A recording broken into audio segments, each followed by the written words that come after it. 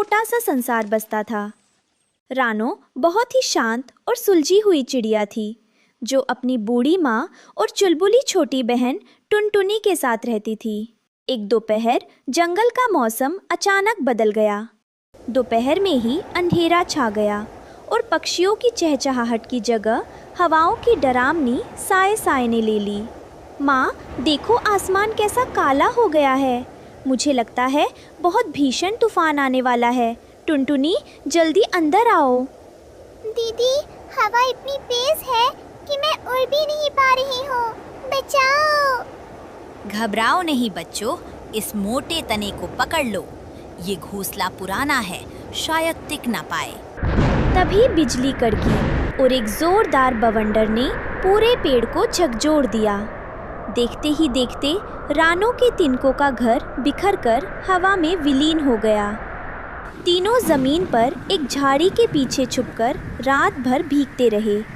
जब सुबह हुई तो उनका आशियाना पूरी तरह खत्म हो चुका था। ठंड से कांपते हुए रानो अपनी माँ और बहन को लेकर सबसे अमीर पड़ोसी कालू कौवे के पास पहुंची। कालू भाई, राम राम। रात के तूफान ने हमें बेघर कर दिया है। मेरी माँ की तबीयत ठीक नहीं है। क्या हम 2 दिन आपके बड़े घर के एक कोने में रह सकते हैं? राम राम। अरे रानो, ये मेरा घर है, कोई धर्मशाला नहीं। कल को कोई भी आकर कहेगा कि कोने में जगह दे दो, तो मैं कहाँ जाऊंगा? जाओ, कहीं और रास्ता देखो। रानो निराश होकर मिट्ठू तोते के पास गई, जिसके पास फलों से भरा एक सुंदर घर था। मिट्ठू भाई, कम से कम माँ को थोड़ी जगह दे दीजिए, उन्हें बहुत तेज बुखार है। देखो रानो, जो चिड़िया अपना घर नहीं संभाल सकती, वो दूसरों पर बोझ ही बनती है। अब मेरी नींद खराब मत करो, यहाँ से दफा हो जाओ। पड़ोसियों के कड़वे बोल सुनकर रानो का दिल छलनी हो गया। टुनटुनी रोने लगी और माँ की हालत बिगड़ने लगी। दीदी, क्या हम अब कभी घर नहीं बना पाएंगे? क्या हम इस खुले जंगल में ठंड से मर जाएंगे? नहीं टुनटुनी, अब मैं किसी के आगे भीख नहीं मांगूंगी। हम अपना घर खुद बनाएंगे और ऐसा बनाएंगे कि दुनिया देखती रह जाएगी। तभी माँ ने खांसते हुए कहा, बेटी, हिम्मत मत हारना। उस नीली पहाड़ी के पीछे एक अनजान घाटी है। वहाँ कुछ अनोखे पौधे उगते हैं। शायद वहाँ हमें सहारा मिल जाए। रानो अपनी माँ को पीठ पर लादकर और टुनटुनी का हाथ पकड़कर चल पड़ी। नीली पहाड़ी के पीछे का नज़ारा किसी सपने जैसा था। वहाँ हवा में संगीत था और पेड़ों से एक हल्की नीली रोशनी निकल रही थी। तभी रानो की नज़र तालाब के किनारे लगे उन विशाल और चमकते हुए जादुई पत्तों पर पड़ी।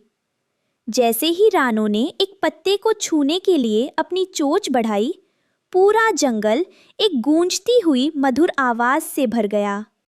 ठहरो नन्ही रानो, हमें छूने का साहस केवल वही कर सकता है जिसके आंसुओं में स्वार्थ ना हो और जिसकी उड़ान में दूसरों का भला हो। हे दिव्य पत्तों, मैं अपने लिए कुछ नहीं मांग रही। मेरी माँ बीमार है, मेरी बहन ठंड से कांप रही है। हमारे पास सिर छुपाने की जगह नहीं है। क्या आप हमें आसरा देंगे? हमने तुम्हारी परीक्षा ली थी रानो। हमने देखा कि कैसे तुमने कालू और मिट्ठू के तानों को सहकर भी अपने मन में करवाहट नहीं आने दी। हम साधारण पत्ते नहीं हैं, हम संवेदना के पत्ते हैं। आओ, हमें अपनी चोंच से उठाओ, हम खुद ब खुद तुम्हारा घर बन जाएंगे। रानो, हमें एक दूसरे से जोड़ती जाओ। जब तक तुम्हारा इरादा नेक है, हम पत्थर से भी मजबूत और रुई से भी नरम रहेंगे। रानो ने तुरंत काम शुरू किया। उसने अपनी चोंच से उन भारी और रेशमी पत्तों को बुना। जैसे जैसे घर बनता गया, वो एक महल की तरह दिखने लगा। घर के अंदर घुसते ही एक दिव्य खुशबू और गर्माहट महसूस होने लगी। दीदी, देखो, इस घर के अंदर तो बारिश की एक बूंद भी नहीं आ रही। और माँ, देखो, आपका बुखार भी उतर गया। ये तेरी मेहनत और नेकदिली का फल है रानो। कुछ हफ्ते बाद जंगल में अब तक की सबसे भयानक बारिश हुई। 7 दिनों तक सूरज नहीं निकला। बाढ़ का पानी चढ़ने लगा और कालू कौवे और मिट्ठू तोते के घोंसले कागज़ की तरह बह गए। सब पक्षी अपनी जान बचाने के लिए इधर उधर भाग रहे थे।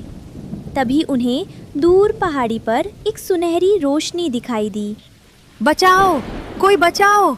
मेरा सारा धन, मेरा बड़ा घर सब बह गया। पानी मेरे गले तक आ गया है।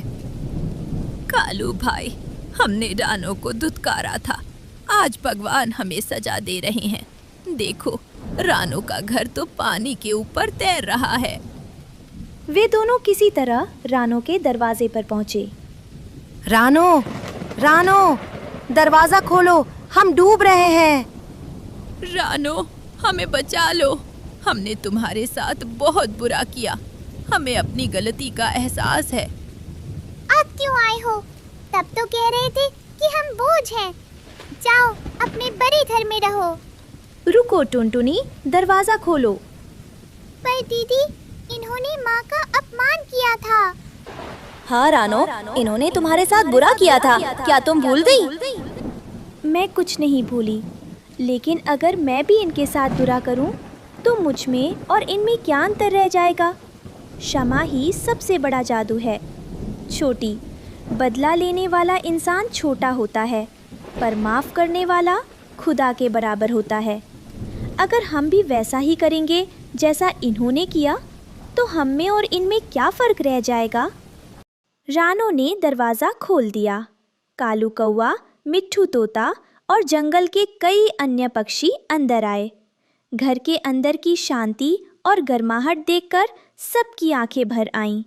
रानो की बात सुनकर जादुई पत्ते खिल उठे।